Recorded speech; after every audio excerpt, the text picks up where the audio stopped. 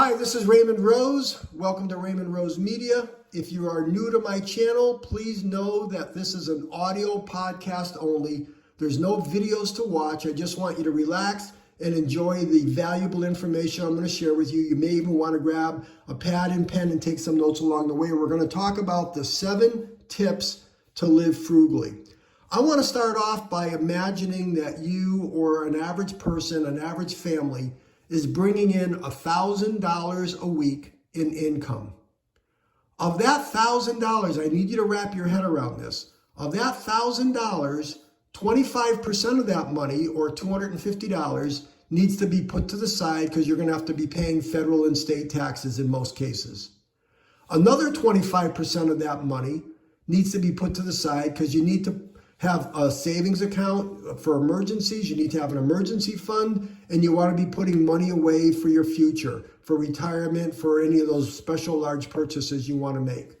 Which means the remaining 50% is what you need to live on. So again, $1,000 coming in, 25% or $250 for taxes, 25% or $250 for savings and funding, and then the other 50% you have to live on. Now you're going to say, I can't live on 50%. I can't live on $500. You need to, and I'm going to go over with you the 7 things that you need to do to reestablish your guidelines, to reestablish how you want to live, so you can put yourself in the best possible position so that you'll have plenty of money and that you'll be able to retire and have lots of fun and excitement in your life. The 7 tips, let's start. Number 1, you have to create a budget. I don't care who you are. I don't care how much money you make. You need to have a budget. You need to know how much money's coming in, and you need to know specifically where you're spending your money. And once you know where that money's going, you have to ask yourself, is that really important that I put, maybe you're spending, $10, $20, $30 a week at the high-priced coffee chains, or you're eating out for lunch every single day, or you're going out to, you need to know where that money's going, and you need to reallocate for it. So number 1, you need to have a budget. Go through my library of podcasts. I've got 2 podcasts there regarding the specifics of setting up a budget and sticking to it. So number 1 is budgeting. Number 2, you need to prioritize what you need versus what you want.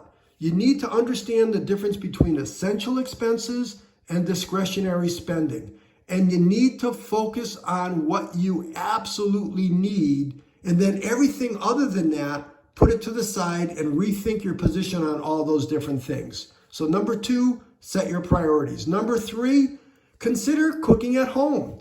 Prepare meals instead of dining out frequently. I know it's cool to go out for dinner with your friends, or maybe it's a Thursday night, gathering with all of your coworkers or what have you, or maybe you're just too tired, to go out and cook and all that. And by the way, I understand that whole mentality. I'll share with you at the very end what I do. I do eat at home. I do not cook at home, and I'll explain to you what I mean by that in a minute. But look at where you're spending your money as it relates to food.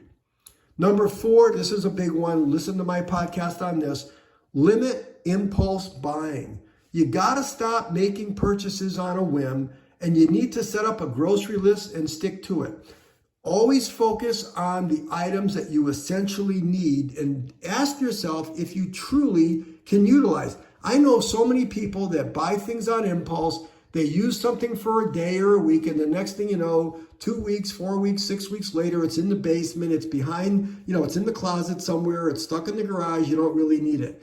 Number 1 problem, so many people are just buying on impulse, if it's in person at the local store, or if you're buying online and just pushing that, it's too easy to push the button on your phone. You gotta limit your impulse buying. Number 5, and give this some serious thought, consider shopping at thrift stores. There are so many great values on some of the chain stores or some of the stores that are online that you can buy top quality, gently used merchandise for pennies on the dollar. It doesn't matter if it's clothing, if it's furniture, if it's electronics. There's people buying things on Facebook Marketplace, on Craigslist. Look at all the items that people are purchasing on eBay. Look at all that. You can save a lot of money by utilizing secondhand thrift type situations. Next, look at how much money you're spending on utilities. Are you getting the very best value on your cell phone bill? Are you overspending on your electric bill, your water bill, your gas bill? Are you wasting electricity? Are you wasting hot water? All those different things like that.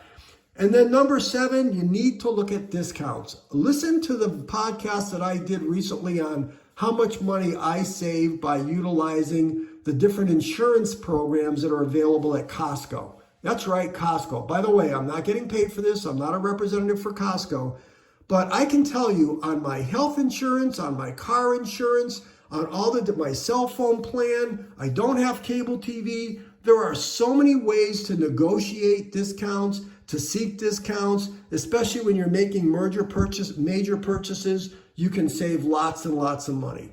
So all of those things and a lot more, I mean, I could talk to you for hours on all the ways that I've saved money and all the ways that I've built wealth. In fact, listen to my upcoming podcast. I'll be talking a little bit more about that over the week ahead. But listen, here's the recap of those 7 tips. This is a good starting point. And again, I know at the very beginning when I asked you to wrap your head around the fact that you got $1,000 coming in, $250 goes for taxes, $250 goes for savings. You got to live on the remaining $500.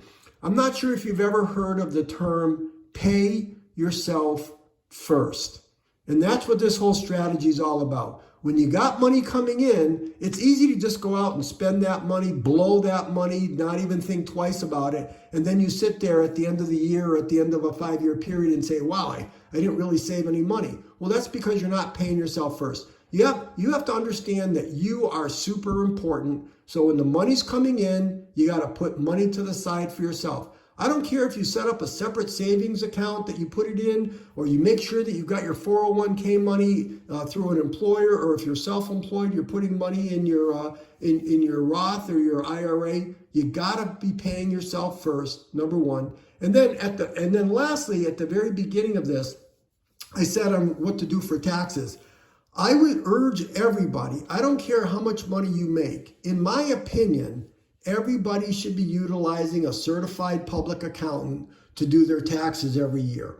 I don't care how much money you earn. And the reason I say that is this. I tell everybody that a certified public accountant is typically free.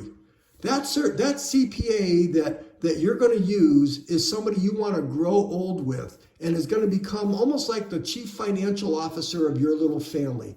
That certified public accountant, his or her job is to know all the different tax guidelines and to give you or to enlighten you on all the different exemptions or tax write-offs or tax deductions you might be able to make. My point being is, in my opinion, a good CPA is free. In other words, the money that CPA is going to save you will typically pay his or her fee. So there's a wonderful way of reducing approximately the 25%, maybe it's 20% that you're going to pay in taxes. You want to get that number as close to 0 as possible. Of course, you never want to cheat, and I'm not suggesting you do that, but there are many legal ways that you're able to greatly reduce your tax bill that most people don't even think about. So there's my little bonus tip. I've got more coming up over the weeks ahead regarding how to save money, how to build wealth, how to be frugal, and have lots of fun, lots of excitement, lots of love, and lots of beauty in your life. So that's it for today. I hope you got some value out of the information I just shared with you. As a reminder, I make a podcast every single day that's just a few minutes long. I talk about health, I talk about time, I talk about money, I talk about habits. Every podcast, just a few minutes long. I always do my best to get to the point.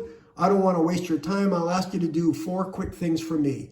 Number 1, subscribe to my channel. Number 2, give me a thumbs up and like this podcast. Number 3, please share this podcast with your friends. And number 4, go through my other podcasts. I think you'll find some fun and useful information. So that's it for today. This is Raymond Rose. Again, I appreciate your support. Thanks for listening. I'll talk to you tomorrow.